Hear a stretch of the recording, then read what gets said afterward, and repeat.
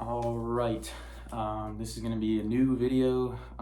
Never done a tutorial before, but had this one requested a few months ago, so it's about time I do it. I'm going to take the lazy route and do it all through my phone. I wanted to set up a mic for my voice and then have the guitar recorded through my amp, but I'll just take the easy way out, so hopefully everything sounds good. Got my sticky note, make sure I don't forget anything in the tutorial, and yeah, let's get started. Just to give you a little sneak peek here of the behind the scenes work.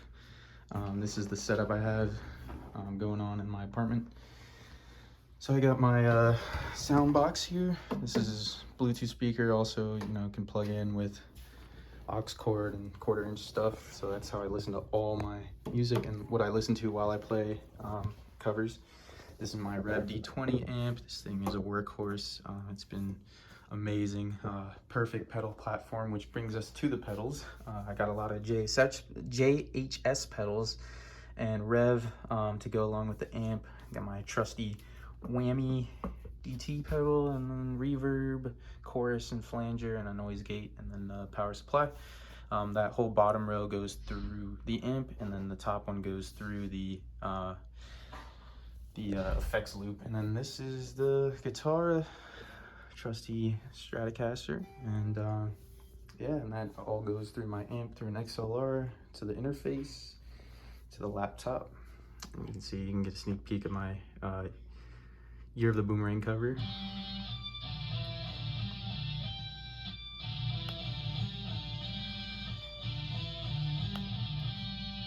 So yeah, that all goes into Studio One for recording. So that's the old setup here.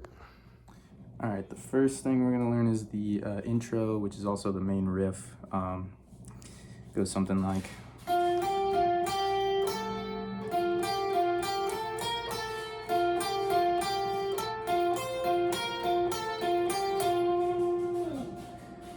So home bass is gonna be 10 on the G. And then you're gonna start off with 8 on the B string, and then 10. So you go back and forth between the 10 on the G and the 8 on the B, and then 10 on the B, and then you do that back and forth again. And you go 10, 11. So from the beginning.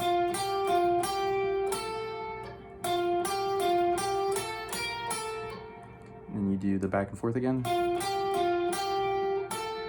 Then you go back to, this is where it's really home base, because you're gonna hit 8 on the E string to 11, 10, 8 on the B string. So you're gonna hit the 8 on the G string in between all those, if that makes sense, hopefully.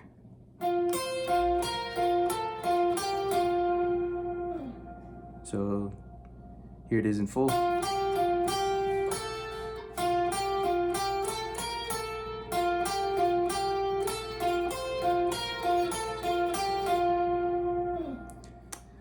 There's an alternate ending to that. So there's 2 different endings to that main riff. This one normally starts off the riff, and then the other one is just in between the verse. If you listen to it, hopefully that you can hear the differences and you'll know when to play them.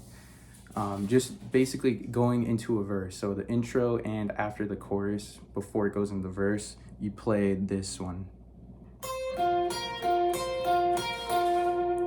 That's the ending to all that. So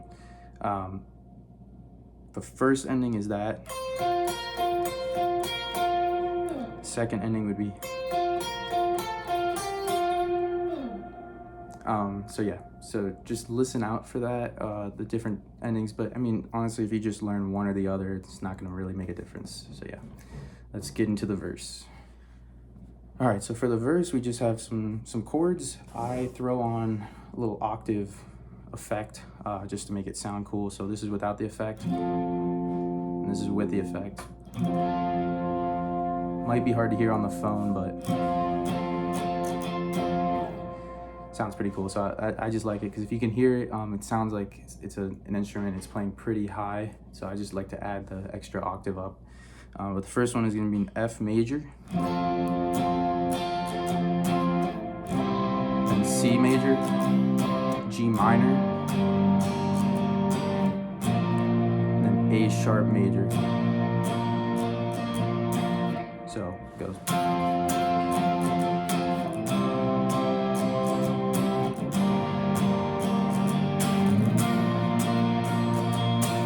If you don't know the chords by fret number, it's going to be 8 on the A, so 8, and then major, you just bar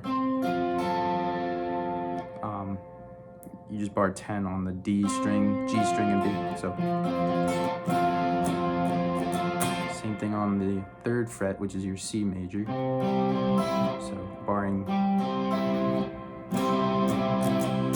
G minor is going to be G, and then 5 on the A and D, and you're going to bar the rest of these. So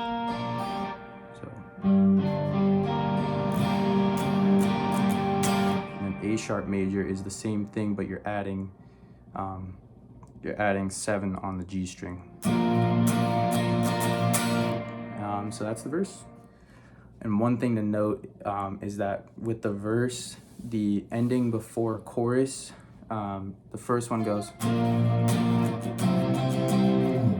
so it just goes up to C major.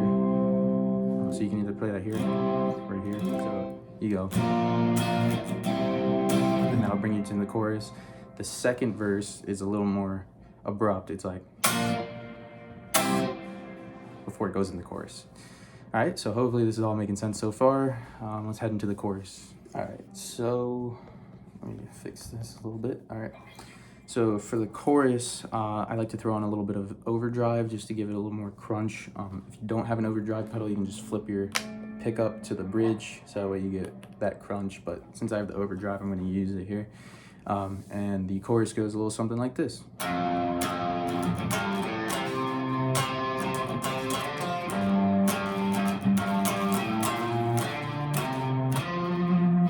Then it repeats.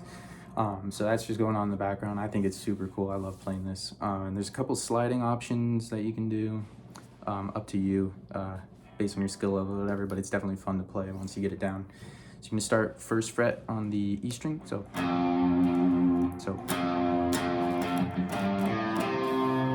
that part goes F, so 1, and then 3, and then open on the 5th string, so, and then 3, so, and then here's where you're gonna slide. So you can slide to 5, and then 3 on the D string, so.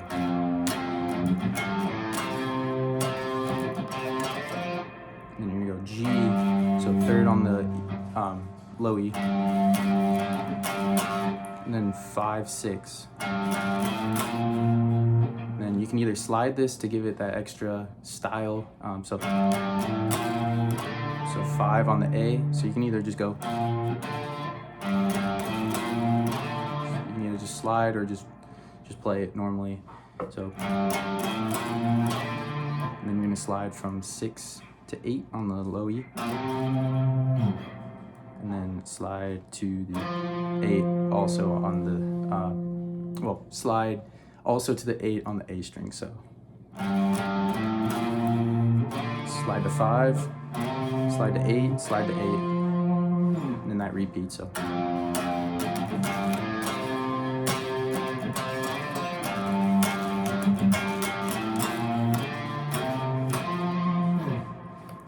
And that is the chorus.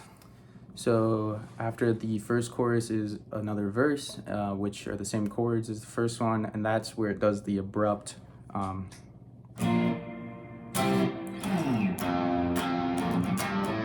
that's where it does the abrupt end to the verse into the chorus.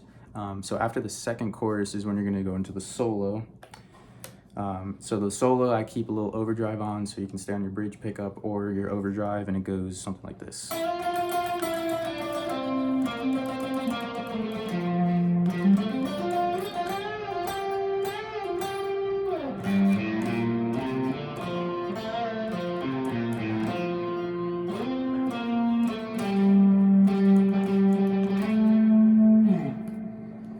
that's the chorus, or sorry, the solo after the second chorus. This one's fun. I like it. Might take a little practice. Who knows? So let's do it. So you're gonna start on 9th fret on the G to the 10th. So back to the 9. So you can either do this with your ring, so that way you don't have to slide. So you're gonna slide down to 7. And you're gonna go 10 on the D. And you're gonna go 8, 10. So it's basically the same pattern that you're doing. So, and then repeat the pattern, but with the lower. So you need to go 8 to 10, down to 7, and then 8 on the A. So it's like that pattern.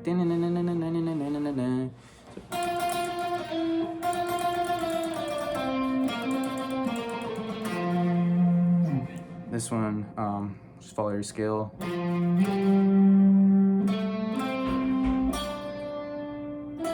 Oh, sorry, forgot it myself. So 8, 10.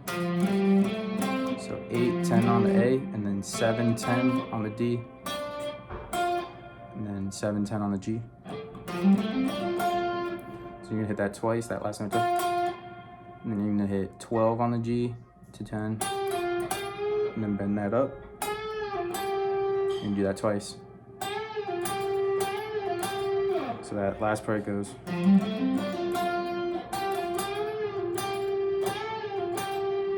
So that whole first part goes.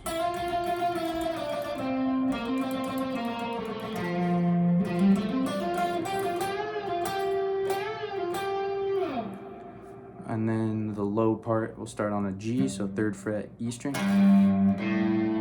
So you know, and then open A, 5th string, 1st fret on the A string, and then 3rd fret A string. So 3rd fret open, 3rd again on the D. So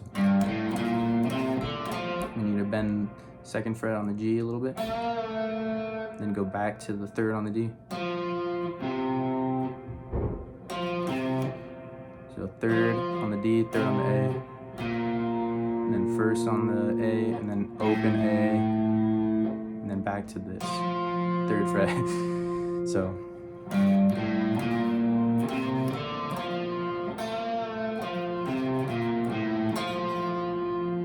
and you go back to up here. So 10th on the D, 8, so 10, 8, 7, 10 on the D, or 10 on the A, 5th string. And then you go, slide up to the 12. So I'll do the whole solo in a slower fashion.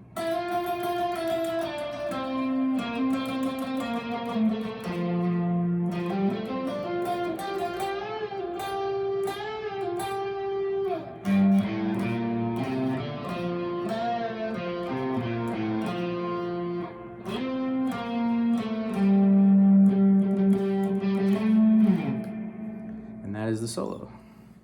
All right, so after the solo is this little bridge section.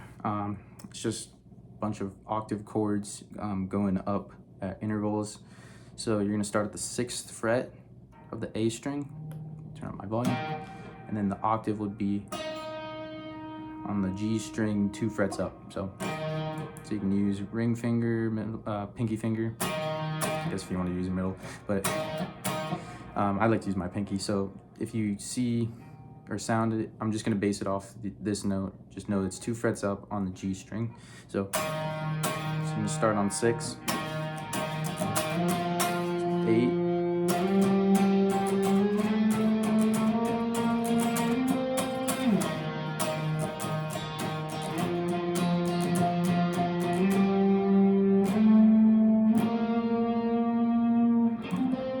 sorry, I just played without telling you. So 8, or sorry, 6, 8, 10, 12, 13, 15.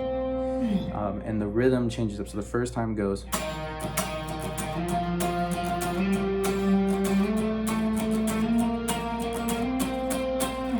I think I did it a little bit wrong, but that's kind of just the rhythm that it goes on. And the second time it kind of slows up because it all just, I don't know what the word, decrescendos down to get to a soft part, and then you slow up a bit, then she says, fearless, and then you go up. So it goes.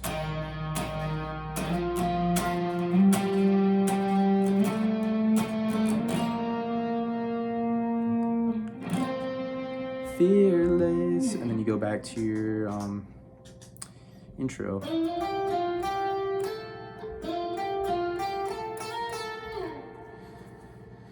And then after that, referencing my sticky note here, so it has a mini verse. So then you're gonna do your chords again, just once, and then you're gonna end it abruptly.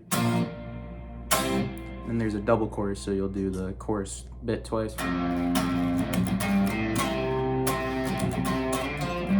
So you'll do that 4 times because that's twice as many double chorus. And then the outro, it kind of just was a bunch of jumbled stuff. So in my cover, at least, I just did another octave at 10th fret G string and then 13th fret E string. So until the last note, which is 6th fret, well, the major, or you can just do the octave. I think in my cover I did the octave. That'll be it. So 6, so A sharp major, or just the octave, and that's it. So yeah, so let me just run through one more time. So intro, verse, chorus, another verse, chorus, then the solo, then a bridge, then that mini verse, double chorus, and the outro bit with the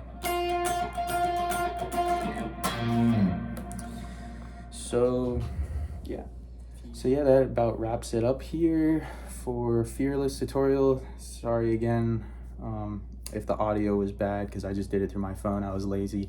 But if this is something you guys want in the future for other songs, just let me know.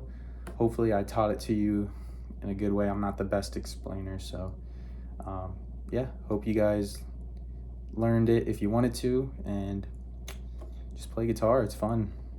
I'll see you guys next time.